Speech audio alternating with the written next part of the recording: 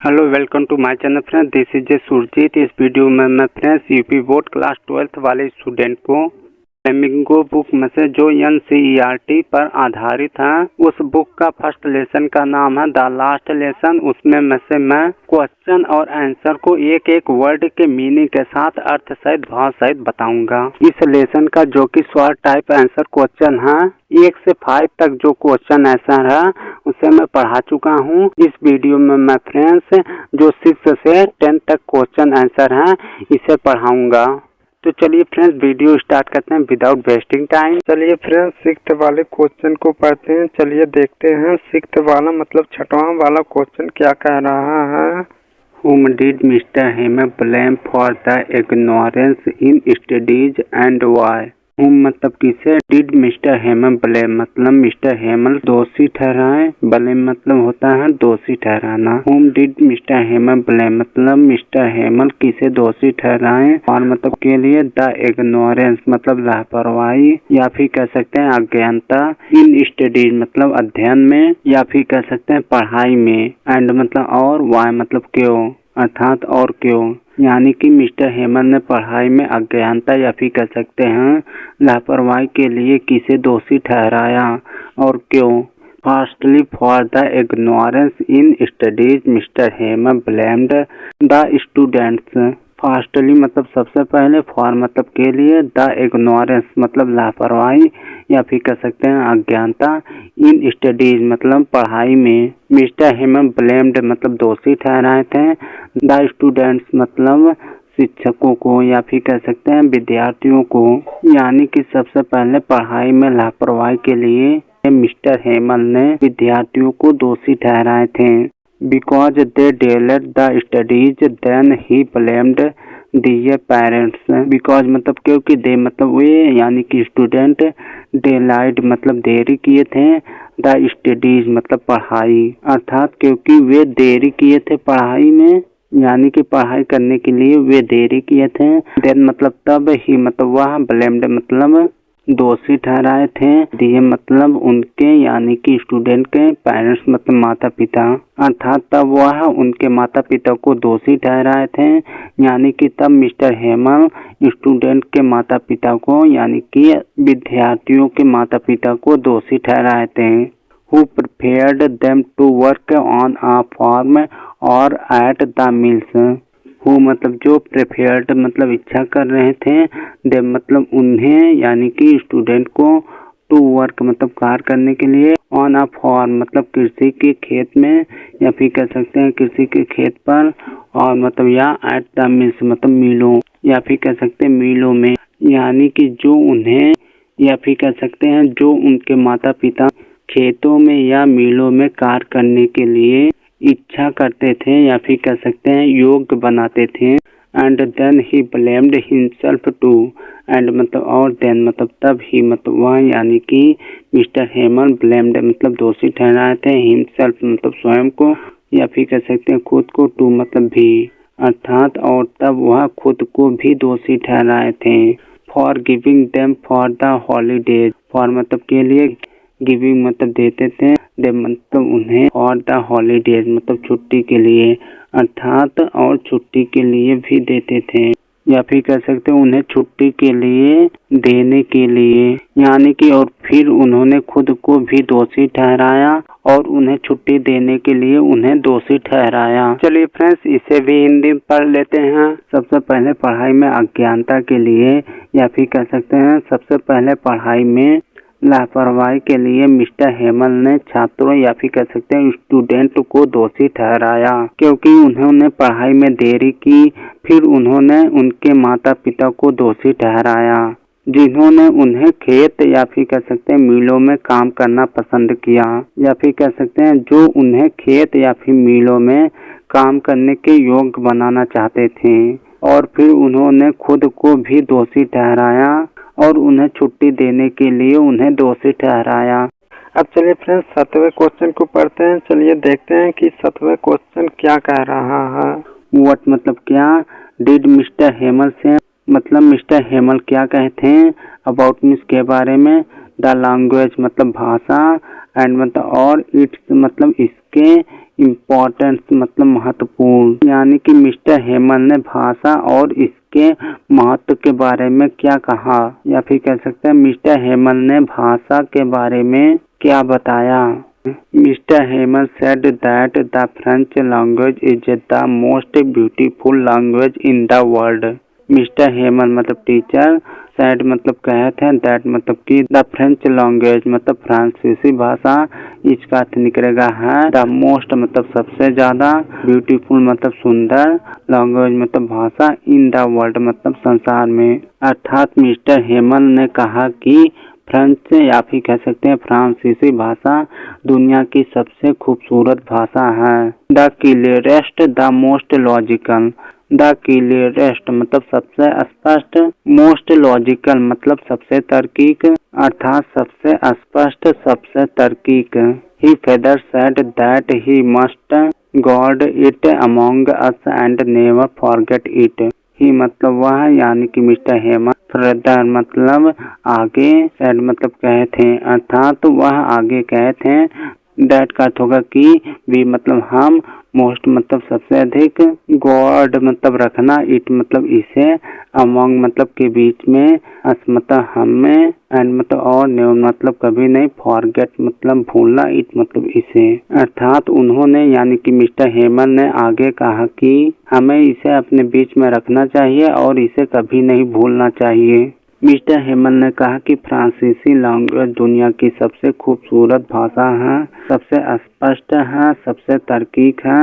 उन्होंने आगे कहा कि हमें इसे अपने बीच रखना चाहिए और इसे कभी नहीं भूलना चाहिए। Because when a people are enslaved as long as they hold fast to their language it is as if they had the key to their prison. Because मतलब क्योंकि वेन मतलब जब, आ पीपल मतलब लोग, या फिर कह सकते हैं एक लोगों का समूह, आर का अर्थ करेगा है इनोसेल्व्ड मतलब गुलाम, अर्थात क्योंकि जब तक लोग गुलाम होते हैं, या फिर कह सकते हैं जब तक लोग गुलाम हैं, एज लॉन्ग एज मतलब तब तक, दे मतलब वे, यानी कि पीपल या फिर कह सकते हैं लोग, होल्ड फास्ट मतलब पकड़ते हैं, टू का अर्थ होगा के लिए, या फिर कह सकते हैं से, दियर मतलब अपने, लैंग्वेज मतलब भाषा, अर्थात तब तक ले वे अपनी भाषा को पकड़ते हैं, या फिर कह सकते हैं तब तक वे, यानी कि तब तक लोग अपनी भाषा को पकड़ते हैं। इट इज एज इफ मतलब ऐसा लगता है, दे मतलब वे, एट का अर्थ होगा पास था, की मतलब चाबी, टू का अर्थ होगा के लिए, या फिर कह सकते को,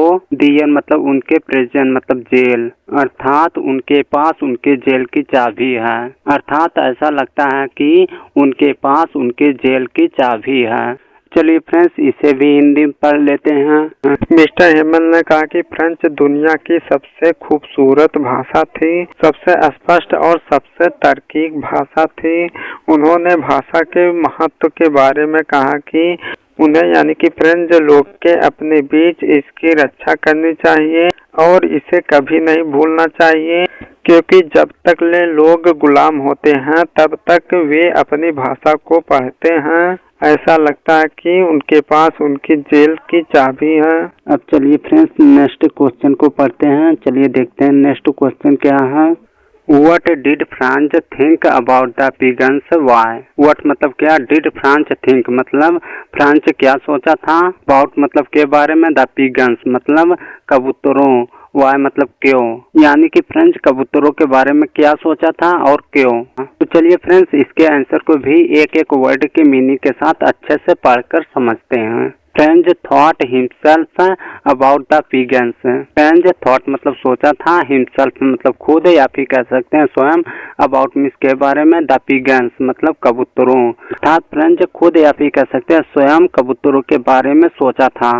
if the people of German would make them sing in German. If मतलब यदि, द पीपल मतलब लोग, आपका अर्थ निकलेगा के, जर्मन मतलब जर्मन, वुड मेक मतलब बनाएंगे या फिर कह सकते हैं गाएंगे, देम मतलब उनका, यानी कि फ्रेंच के भाषा, सिंग मतलब गाना, इन जर्मन मतलब जर्मन में, अर्थात जर्मन के लोग उन्हें जर्मन में गाएंगे, यानी कि फ्रेंच के भाषा को जर्मन में गाएंगे। फ्रेंच थॉट सो मतलब फ्रेंच थॉट मतलब सोचा, सो का अर्थ होगा इसलिए, अर्थात फ्रेंच ने इसलिए सोचा, बिकॉज मतलब क्योंकि पीपल मतलब लोग, आपका अर्थ निकलेगा के, अल्सर मतलब अल्सर एंड मतलब और लैरियन मतलब लैरियन।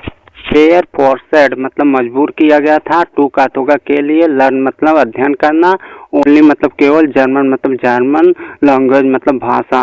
साथ अल्सर और लर्न के लोगों को केवल जर्मन भाषा सीखने के लिए मजबूर किया गया था, या फिर कह सकते हैं दबाव डाला गया था। तो चलिए फ्रेंड्स, इस आंसर को हिंदी में समझ लेते हैं, जान लेते हैं। फ्रेंच ने खुद कबूतरों के बारे में सोचा, अगर जर्मन के लोग उन्हें जर्मन में गाएंगे, यानी कि कबूतर जर्मन में है तो जर्मन में ही गाएंगे। फ्रेंच ने ऐसा इसलिए सोचा क्योंकि अल्सेज और लॉरेन के लोगों को केवल जर्मन भाषा सीखने के लिए मजबूर किया गया था। अब चलिए फ्रेंड्स नेक्स्ट क्वेश्चन को पढ़ते हैं। चलिए देखते हैं नेक्स्ट क्वेश्चन क्या है। What did mister Hamel observe there at last. What मतलब क्या, डिड मिस्टर हेमल ऑब्जर्व मतलब मिस्टर हेमल देखे थे, देयर मतलब वहाँ, एट लास्ट मतलब अंतिम पर, या फिर कह सकते हैं अंत में, अर्थात मिस्टर हेमल वहाँ अंतिम में क्या देखा था, या फिर कह सकते हैं मिस्टर हेमल वहाँ क्लासरूम में अंतिम में क्या देखा था। एट लास्ट का अर्थ होगा फ्रेंड्स क्लासरूम में, या फिर कह सकते हैं कॉलेज में। तो चलिए फ्रेंड्स इसके आंसर को भी एक एक वर्ड के मीनिंग के साथ अच्छे से पढ़कर समझते हैं। एट लास्ट मतलब अंतिम पर, मिस्टर हेमल मतलब मिस्टर हेमल, ऑब्जर्व मतलब देखे थे, एवरीथिंग मतलब सब कुछ, इन द क्लासरूम मतलब क्लासरूम के अंदर, अर्थात मिस्टर हेमल क्लासरूम के अंदर सब कुछ देखे थे। ही ऑब्जर्व्ड डेस्क्स एंड बेंचेस। ही मतलब वहाँ, ऑब्जर्व्ड मतलब देखा था, डेस्क मतलब डेस्क को, एंड मतलब और बेंचेस मतलब बेंचों को, अर्थात उन्होंने बेंचों और डेस्कों को देखा।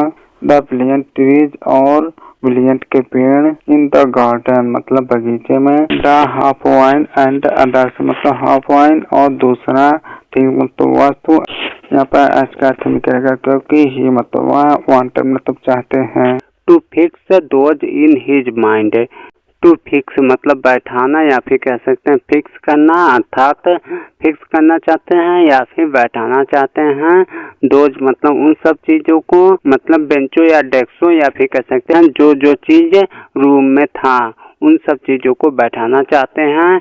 इन मतलब में, हिज मतलब अपने माइंड मतलब मस्तिष्क, अर्थात अपने मस्तिष्क में, या फिर कह सकते हैं अपने दिमाग में, अर्थात उन सब चीजों को अपने दिमाग में, या फिर कह सकते हैं अपने मस्तिष्क में फिक्स करना चाहते हैं या बैठाना चाहते हैं। इसके आंसर को भी फ्रेंड्स चलिए हिंदी में पढ़ते हैं। अंत में, या फिर कह सकते हैं अंतिम में, मिस्टर हेमल क्लासरूम में सब कुछ देखा था।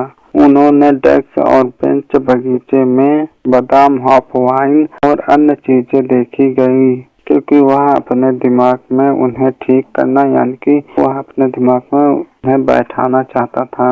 चलिए फ्रेंड्स 10वां क्वेश्चन को पढ़ते हैं। देखिए 10वां क्वेश्चन क्या कह रहा है। What happened when church clock strike 12। What मतलब क्या, हैपेंड मतलब हुआ था, व्हेन मतलब जब, चर्च क्लॉक मतलब चर्च की घंटियां, स्ट्राइक 12 मतलब 12 बजती हैं, अर्थात क्या हुआ था जब चर्च क्लॉक की घंटियां 12 बजती हैं, अर्थात क्या हुआ था जब चर्च की घंटियां 12 बजे बजती हैं। अब चलिए फ्रेंड्स इसके आंसर को इंग्लिश में एक एक वर्ड के मीनिंग के साथ पढ़ते हैं। व्हेन मतलब जब, चर्च क्लॉक मतलब चर्च की घंटी, स्ट्राइक 12 मतलब 12 बज जाना, अर्थात जब चर्च की घंटियां 12 बजे बजती हैं। यहाँ पर फ्रेंड्स कामा का अर्थ होगा तब, देयर का यहाँ पर फ्रेंड्स कुछ भी नहीं होगा, यह सब्जेक्ट के रूप में यूज हुआ है।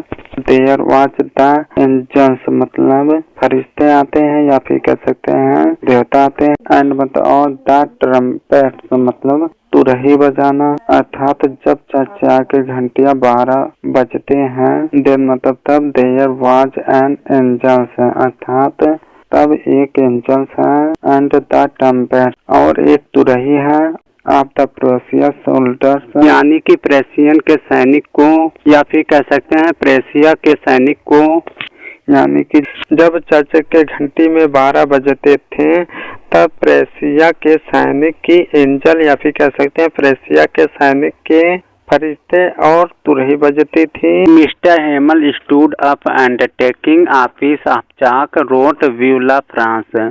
मिस्टर हेमल मतलब मिस्टर हेमल, स्टूड अप मतलब खड़े हुए थे, अर्थात मिस्टर हेमल खड़े हुए थे, एंड मतलब और, टेकिंग ऑफिस ऑफ चाक मतलब चाक के एक टुकड़े को उठाएं, या फिर कह सकते हैं चाक के एक पीस को उठाएं, रोट मतलब लिखें, व्यू ला फ्रांस मतलब फ्रांस जिंदाबाद, अर्थात चाक के एक टुकड़े को उठाकर लिखें फ्रांस जिंदाबाद। चलिए फ्रेंड्स, इसके आंसर को भी हिंदी में पढ़ते हैं अच्छा तरीके से। जब चर्च के घंटी में 12 बजते थे तब प्रेसिया के सैनिक की एंजल या फिर कह सकते हैं प्रेसिया के सैनिक के फरिश्ते और तुरही बजती थी। मिस्टर हेमल खड़े हुए और चाक का एक टुकड़ा लेते हुए लिखें विवेला फ्रांस। फ्रेंड्स, वीडियो जरा भी पसंद आए तो वीडियो को लाइक और चैनल को सब्सक्राइब करना मत भूलिएगा प्लीज फ्रेंड्स, क्योंकि अभी मैं नया यूट्यूबर हूँ।